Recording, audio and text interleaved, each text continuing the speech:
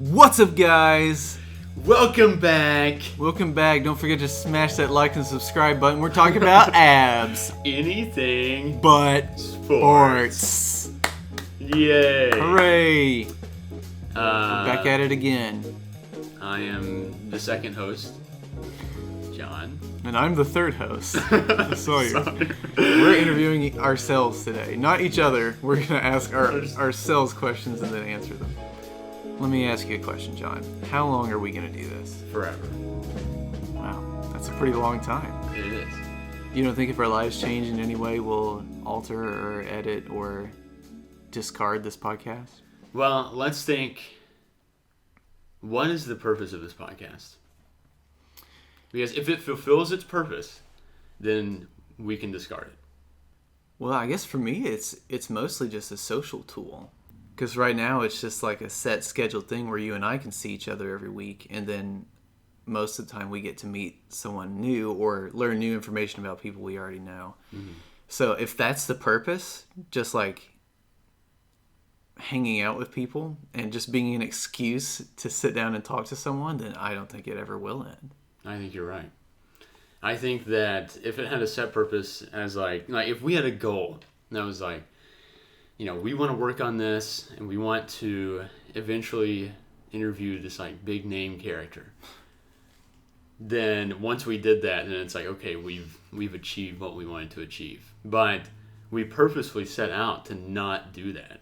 That's true.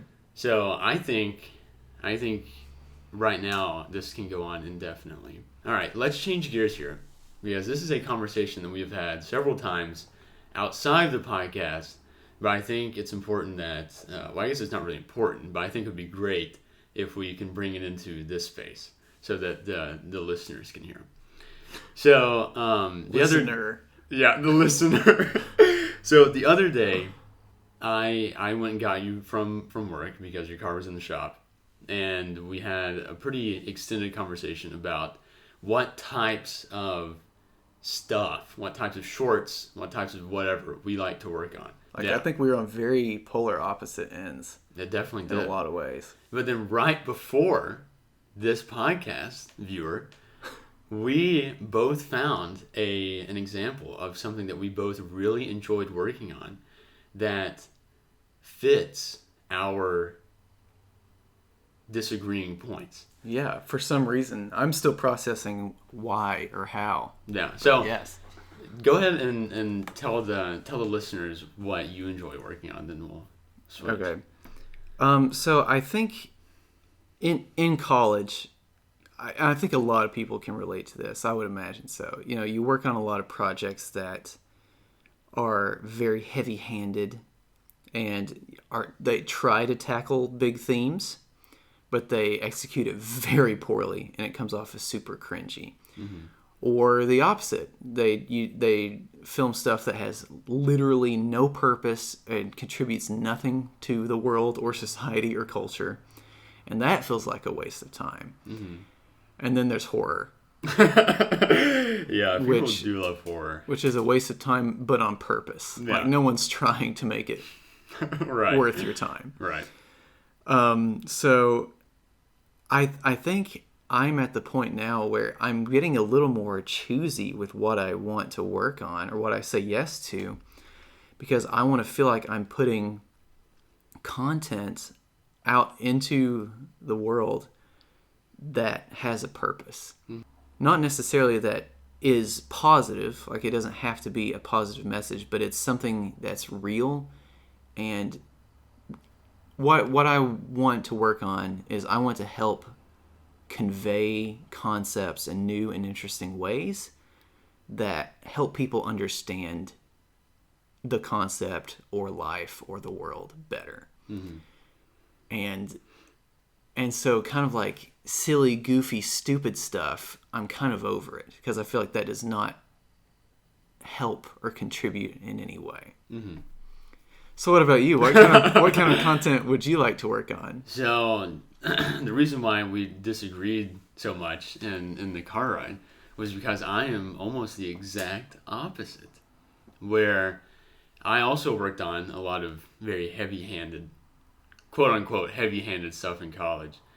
And I felt like the content that was being made was almost pointless.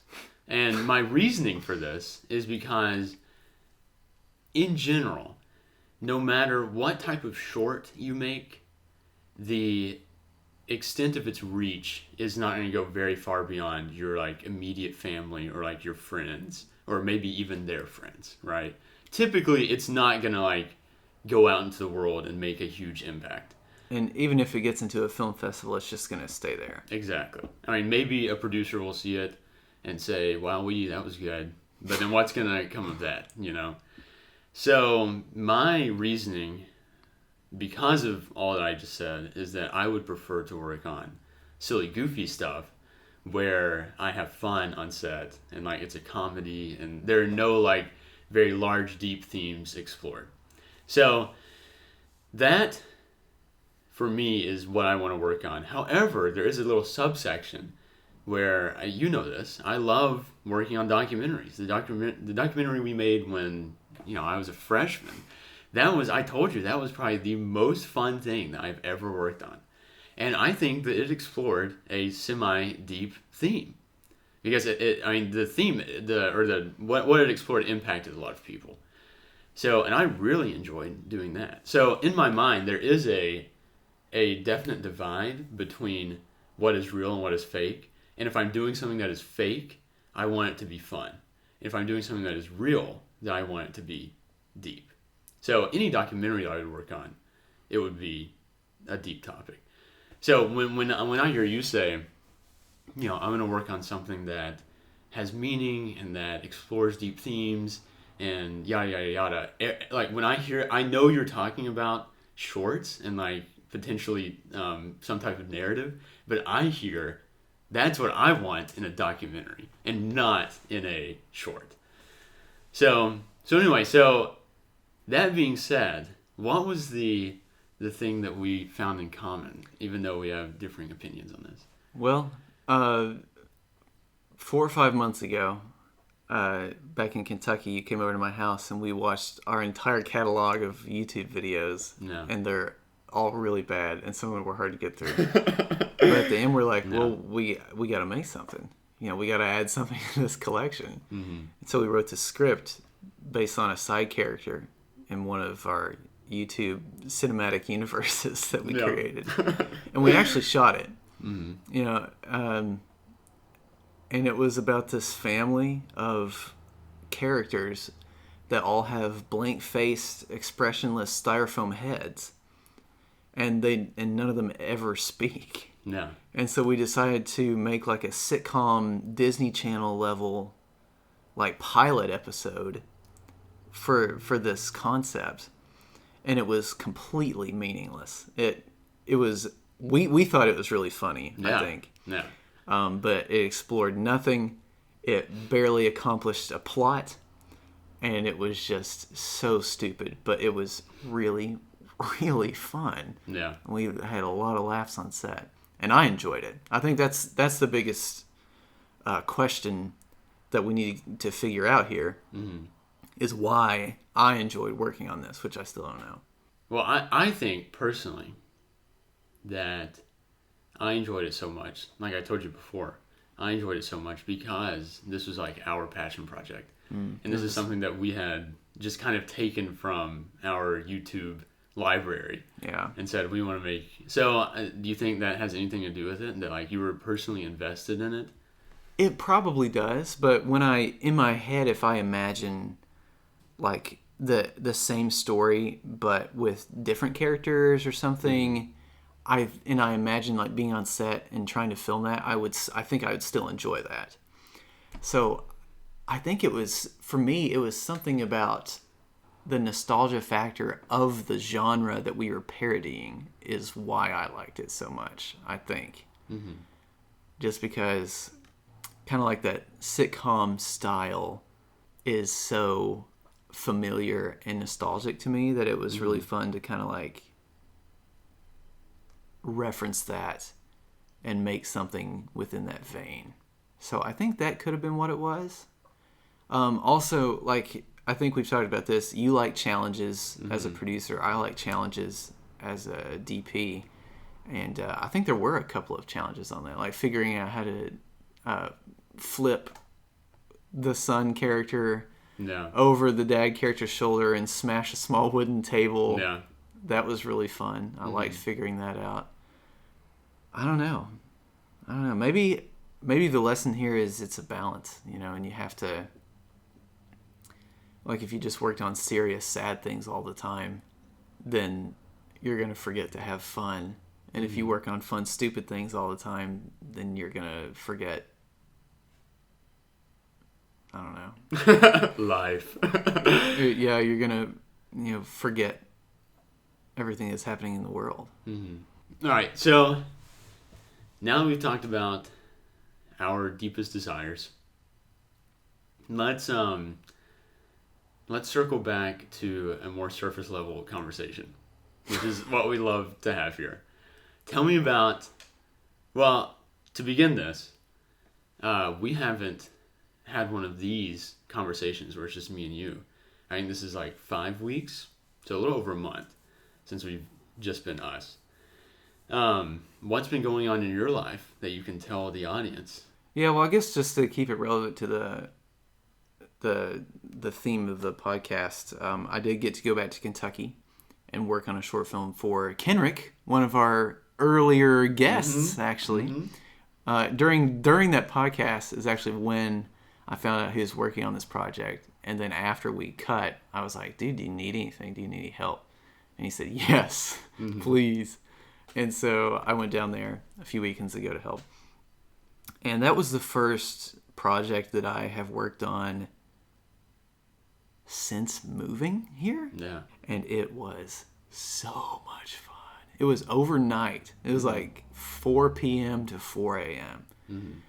And I haven't been that full of life and energy in a long time. Yeah.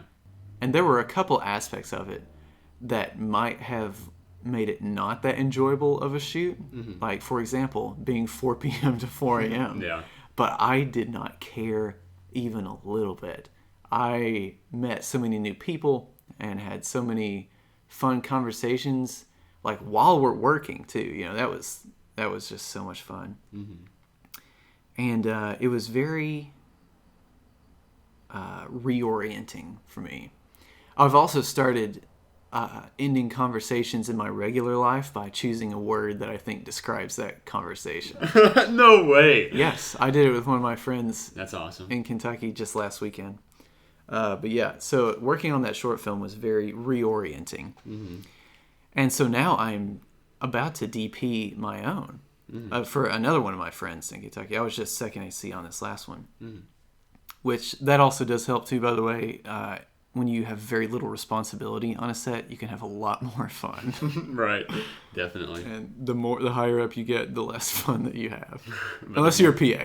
Yeah. Because then it's like a bell curve. It's like no fun. And then right here in the middle is second AC. Yeah. Most fun. I do think that might be true, though. It is the least amount of pressure paired with the most amount of skill, if that makes any sense. Like, you do get to exercise what you've learned, but the consequences are very low if you mess up. It's very fun. Yeah. So now I'm about to DP this other short, and I feel like I'm riding the wave of that energy of working on that last project. And so now I'm just super excited, and I cannot wait. How does it make you feel that these two shorts are in Kentucky and you moved to Georgia to work on shorts? Yeah, that's definitely a little frustrating. And during the last short film, there were people that were putting pressure on me. They were like, "Why did you move? You should just come back." "Oh, just coming back, man. We're all here, Let's work on stuff together." And at 3 a.m., that was a very tempting. Very tempting offer. But I also, during my many hours of driving back home, I kind of realized, like, well, it's been 4 months. Yeah. And I haven't made as many connections as I would have liked. But it makes sense that people will be pulling me back to Kentucky. I mean, I lived there for, 8 years? Yeah. And several of those were like very plugged into the small community there, so I knew a lot of people, and I don't know, it makes sense. So I think I'm okay with working on Kentucky projects still for right now. If you ask me this question in 8 months or a year and I'm still having to drive back to Kentucky, that's on me, because that means that I have not made any connections here, and I probably should just move back to Kentucky. Right. But I think right now I'm still okay with it. And the big thing is the people that I'm working with are the people that I want to be working with. Mm-hmm. So I will make that time sacrifice to be with them. And time isn't very important to me. Mm-hmm. My own personal time, like I don't value it enough, probably. Okay. Yeah, I give it away very freely, and sometimes it's an issue. Right. But like, yeah, making that drive for a short film or a project that I am very invested in is not a big deal. So John, about a week ago, you called me asking for advice on a situation where you were stuck between opportunities in work. So tell me a little bit about how that came up, and then what you did, and then how it kind of panned out in the end. Yeah. So first off, I'd like to say that it is amazing to have too many opportunities as opposed to not enough. So for those listening, do not take this as me, ranting about being double booked, because that is not what this is about at all. So the situation goes like this. At Overtime Entertainment, the place that has been hiring me for the past few months, and they have basically been supplying my rent for January and February. Great people, amazing people. I love working with them. I talked a little bit about it in the last podcast. If you missed that, go check it out. But they deal in sports. Sports. We'll bleep that out. Yeah, which is not exactly where I want to end up. Not that I don't love sports. It's just that I don't like sports. Anyway, they had booked me months in advance. So like in January, I knew what days I would be working this month. And I'm very thankful for that. That is not something that comes along very often. Yeah. Typically it is like a few days notice, if that. So I had known that I would be working on the 4th of this month, the 7th, and the 11th. And that's like when they're done. So that's the end of the season. And a person from Vox Media emailed me, just cold emailed me, and said, hey, we found your resume on Staff Me Up. We would love to potentially hire you for this role. And they gave me the information about it, and they gave me the dates. And the dates were it was like almost a 2-week stint of work. And that would be a lot more money than 3 days of work. So now I have this problem where it's, okay, I've already told OTE, yes, I am going to work these days, but now I have this better opportunity where I will be working way more days, and I'll also be establishing a relationship with Vox Media, which would be a very great opportunity, right? What was the other piece of this? Because they also did not confirm that you had the job. Right. So after thinking about it for a few hours, I emailed them back and I said, hey, I'm available. I would love to take this gig. And then they emailed me back pretty, very quickly afterwards. And they said, all right, great. Let me have you on hold for these days, and we'll get back to you as soon as we can. That was essentially the email. Now, for those that may not work in the media industry, there's a huge difference between being on hold and being locked for the job.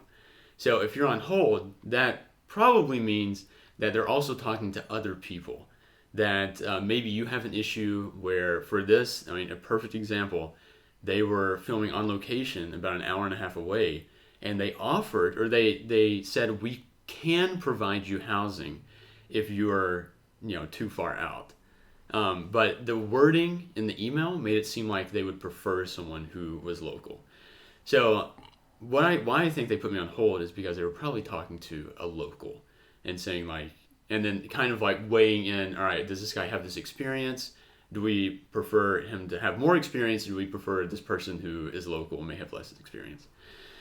So, anyway, so now I'm on hold for all these dates that go through my 3 days at OTE, and now I have this problem of telling my boss at OTE, hey, I know this is only a few days out from when I'm supposed to work, but I'm on hold for this company. And I also don't know if I'm going to work for them. So I have basically nothing to offer you information-wise. So anyway, what ended up happening is I called Angela at OT. Shout out to Angela. And she basically told me that it was fine because this is just how the industry is. And then what ended up happening is Vox got back to me. They probably went with a local because they said, hey, we're going to take you out of hold for this. Sorry. It's basically what they said. Yeah. So, in the end, nothing really happened. It was just a few-day stretch of a lot of stress in my life. Work-related stress. And now I'm still working for OT. Well, okay, so I think that is a great story, and I think it's probably a very relatable story. So what were some of your concerns before talking to Angela? And so, like, if someone else were in a similar place, what would their concerns be, and then how would you comfort them or reassure them? So there are two types of people that I've seen work in the media industry. People that are super flaky and people that are not flaky. I think that I am a non-flaky person. If I tell someone I'm going to do something, I try my hardest to do that thing, which is why I got so upset when I knew I already said yes to these 3 days, and then I said yes to something else, because that just like goes against the person that I am. Yeah. So that was a big concern. That was a major concern for me, was having to explain to Angela, hey, I want to still keep intact our relationship, and I want you to think of me as a hard worker and someone that you can rely on, but I'm going to flake on these 3 days. So sorry. So I just didn't want that to become what they thought of me, as a flaky worker. I do not want to be thought of as a flaky worker. So luckily OT was nice and it was fine. But there are other gigs. If someone, let's say I wasn't working for OT, and let's say I was holding those dates, and someone came along and said, hey, can you work 2 or 3 days within those dates? And I said, sorry, no. I am incredibly replaceable. The job of a PA, there are thousands of people in Atlanta that are just like clawing for a PA position. And you see it in those Facebook groups, like literally every day. There's a guy or a girl that will say, hey, new to the biz, looking to put my foot in. I'd love to be hired on as a PA. My first thought is, no, you wouldn't. Like, get out now. Do not get like trapped in this industry. And then my second thought is like, this is something I see, again, like I said, I see literally every day, is that there's a new person looking for a job. So it's very easy for them to replace me, which is, to go even further into this line of thought, which is why I'm actively working to put zero of my value, like 100% outside of work. Because if I put any of my self-value in my work as a PA, and I know that I walk on set and I can like in an instant be replaced and no one will even bat an eye, it's like, well, I'm not valued. At OTE, they do value me. Disclaimer, I feel very valued at OTE, but on TV and film sets, it's completely different because they don't know me. They have no idea who I am. More than likely, these people are coming from Los Angeles or New York to come in and film. When are they ever going to see me again? Unless they come back again and need a local. Never. They're never going to see me again. So it's just very frustrating. It is very, very, very, very frustrating. And I really have been thinking, why am I in this industry? Because I've basically listed a mental pros and cons list of things I enjoy about working in media and things I dislike about working in media. And if you couldn't tell, if you're an avid listener, there are thousands of things that I can list about like why I don't like working in media. And there are only a few things that I can list about why I enjoy working in media. And one of them is it gives me interesting stories. And that is something that I highly value, is being an interesting person. Because, it's that very childish, selfish point of view of when I go back to my high school reunion, I want to have stories to tell these people where they're going to be like, whoa, John is so cool. Like, look at all the stuff he's done. You know what I mean? And if I get like a regular sales job, what am I going to tell? Oh, I sell this product, and it's like, why would I want to do that? So anyway, that's my spiel for today. And that is one of the big things that's happened to me in the past month. Can you tell me, or can you tell our audience what question was asked in your interview for a PA gig that you were interviewing for? Yes. So to set the scene, I applied for a one-day gig. It's an interactive setup of a human claw machine. So I will be getting up and going to this event at 6 a.m. in all black. I will be setting up this claw machine and then working it, being the attendant, and then taking it down. So this is going to be a 14, 15-hour day already. It's already scheduled a 14 or 15-hour day. It's not like you get on set, it's like, oh yeah, we're working 12, and then it runs late. It's like, this is already scheduled. I'm going to be up at 5 a.m. and then be done with work at 8. So anyway, I'm doing this because there are other locals working it, and I want to make connections, and I'm excited to make those connections. So I am glad that I am working it. Let me just say that. I am glad that I'm working it. But they interviewed me, and whenever companies interview you for a media position, you know that they're like a lower tier of we don't actually know what we're doing. Yeah. Because no, you don't interview people, right? A PA is a body on a set.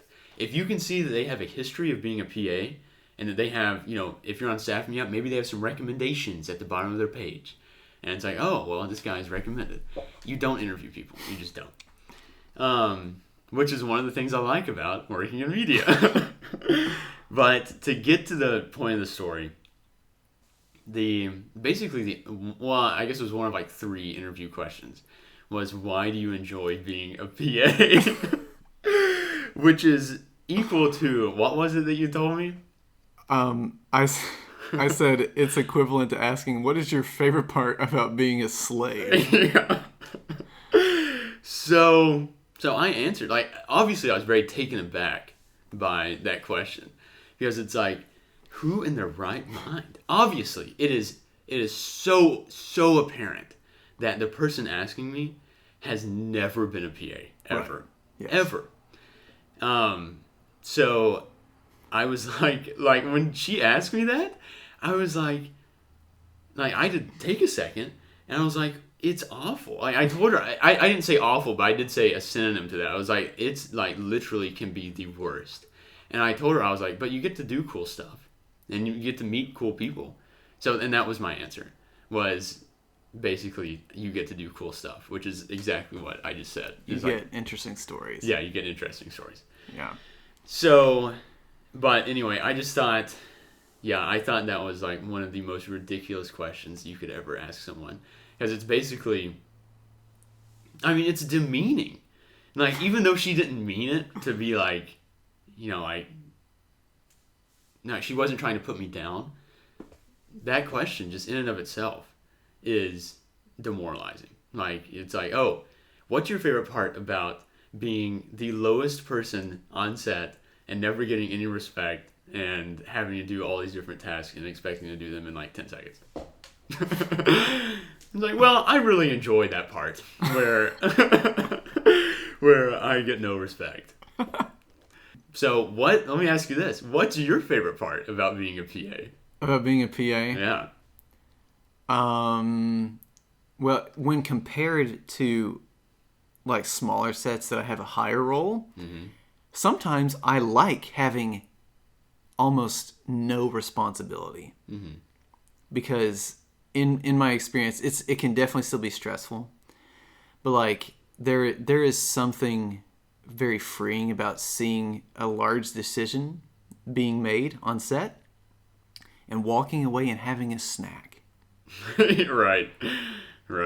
That is probably the only thing that I appreciate about being a PA. So that's I can't wait to update everyone about that whenever I do work it, because that will for sure be an interesting story. I can't wait to hear about it. And also, just for the record, the human claw machine is where they strap a person to a rope and then like lower them down and they pick up a toy or something and then drop it. No. My first thought was I assumed a claw machine would pick up a human out of a giant pile of humans and drop them. Right. Which sounds like it could be fun, but also very dangerous. So the actual version is a lot safer and makes a lot more sense. But I just want to clarify that. Yeah. All right. So we're out of time. This is a great question session. This is a great question session. What do you want the word? What's your word for this conversation? Well, I feel like I might want to just like have like a sentence of wrap up. Okay. I don't know what to say because I mean that's kind of all we need to say, you know, because there is no wrap up. I mean, we're at a stage in our lives right now where that this is it. It hasn't been wrapped up yet. It's definitely still open ended. There's no conclusion to this. And so as much as I really want to finish this episode with a nice little closure, I don't think it's there yet. I agree. So I guess my word would be anticipation. Yeah. In waiting for some sort of beat to drop, some sort of closure, some sort of climax to our story, I guess. I don't know. I'm just waiting for something to happen. I'm going to say our word is quickie. Anticipation / quickie. Well, with that being said, thanks for talking. Hopefully you, the listener or viewer, enjoyed hearing what our life has been like for the past few weeks. I guess we'll continue to do these every few weeks. Just the two of us? Yeah. Yeah. I think it's a good idea. I really enjoy it. Me too. I think it's great because we never talk. We only ask questions. Yeah. It's our turn. My turn. I want a turn. Viewers, if you have any stories that are similar or have concluded, share them with us. Maybe we'll have you as a podcast guest and you can tell us all about it for a full hour. Yeah. And then we'll cut out half of it. I would love to hear some other people's stories about this topic. Me too. Well, with that being said, thanks for listening, and we will see you in the next one. Goodbye.